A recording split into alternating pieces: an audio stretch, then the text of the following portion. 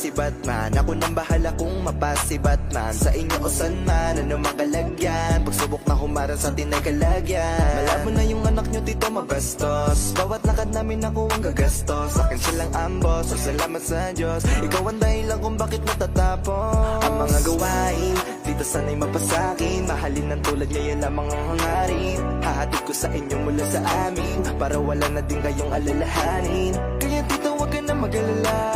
Yung anak mo sa'kin dito tulala. Gagawin ko lahat para matuwa. Balang araw dito tatawagin ko kayong ama. Yeah, itabi mo na sa anak mo, ako na bahalang mag-alaga. Kung pagod ka na dito, itabi mo na. Yung anak mo pasaway na ba? Ako nang bahalang magpatino sa kanya. Tita, salamat nga pala sa anak niyong di lang maganda. Naging pinagkukuha na ng lakas at inspirasyon ko sa aking ginagawa. Dito ako nang bahala, wag ka na mag-alala. Di ko hayaang mabastos to pag nagagala. Hawakan kamay niya pag siya ay meron ka pa. Dito lang ako palagi, di ako mawawala. Tawag na kayo dyan tito at tita, wag na kayong mag-alala.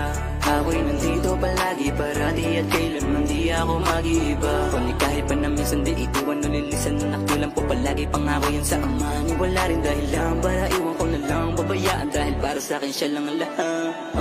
Tita, itabi mo na sa anak mo, ako na bahalang mag-alaga. Kung pagod ka na dito, itabi mo na. Yung anak mo pasaway na ba? Ako nang bahalang magpatino sa kanya.